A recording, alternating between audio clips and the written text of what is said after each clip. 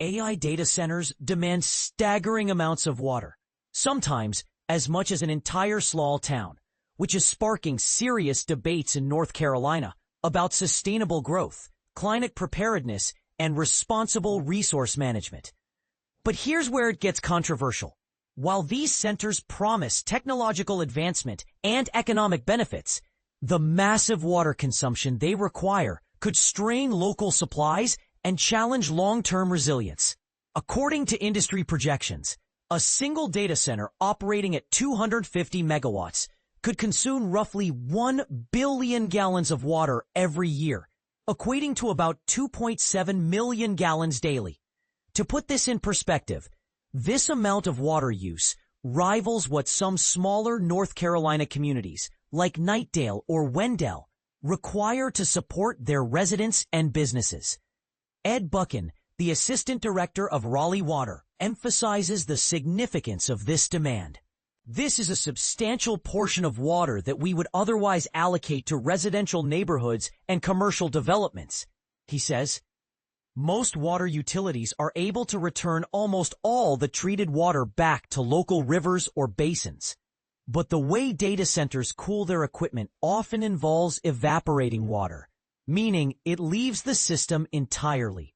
Buchan warns, once it evaporates, it's effectively lost to the ecosystem. This loss could become particularly dangerous during drought periods when maintaining river flow downstream is critical for both environmental and human needs. Xiaolei Ren, a professor at the University of California, Riverside, who specializes in the water footprint of AI, adds another layer of complexity. Water use by these centers can spike dramatically during the hottest months, right when local communities already face increased demand from residents trying to beat the heat. Ren points out, understanding peak usage times is just as important as looking at the total annual water consumption. On a nationwide scale, overall water usage by data centers is small when compared to major sectors like agriculture or heavy industry. Still, Ren stresses that regional impacts can be far more pronounced. It's vital we assess local contexts carefully to determine if data centers might be putting undue pressure on existing water infrastructure, he says. Innovative approaches to sustainability are emerging within the academic and tech communities.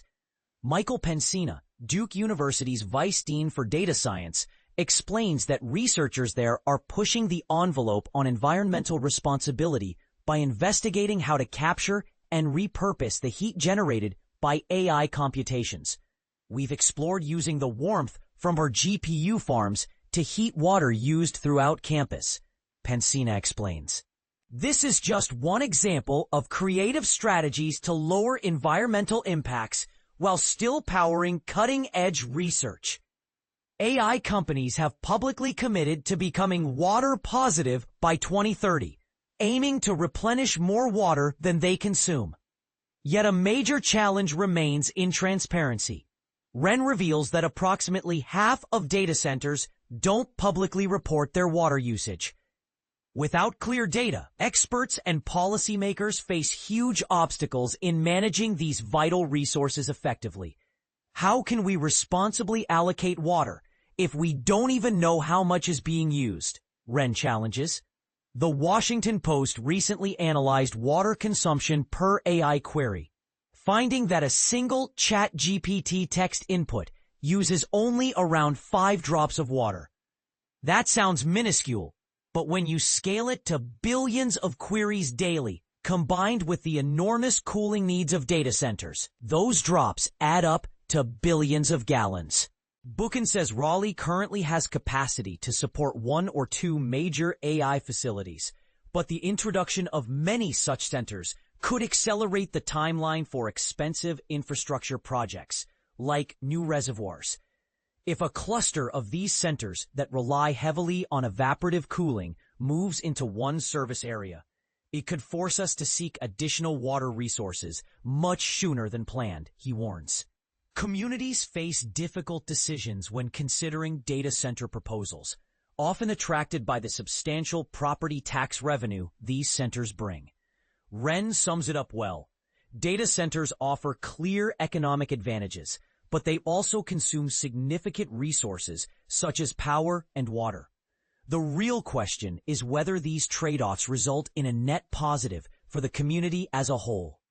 So, here's the provocative question for you. Should North Carolina prioritize rapid technological advancement via AI at the potential cost of stretching its water resources thin? Or is there a middle ground that balances growth with sustainability?